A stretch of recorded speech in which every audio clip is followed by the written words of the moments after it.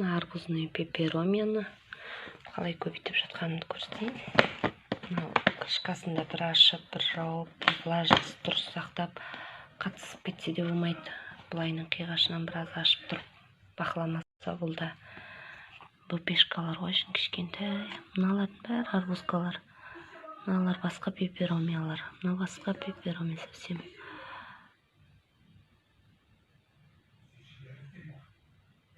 Перлитте тамырлағады. Тамырлаған уже. Влажностын дұрыстамаса, дымқылдығын. Қатты құрғатып алса да, ішінше тамырлар құрғап қалады. Еткен суда тұрған жоқ қой. Қурап кетеді, кеуіп кетеді. Ал қатты көп су болса да қарайып, резко қарайып шыға келеді. Мына жапырақтардың бәрі 1 минутта бұлжырап шыға келеді.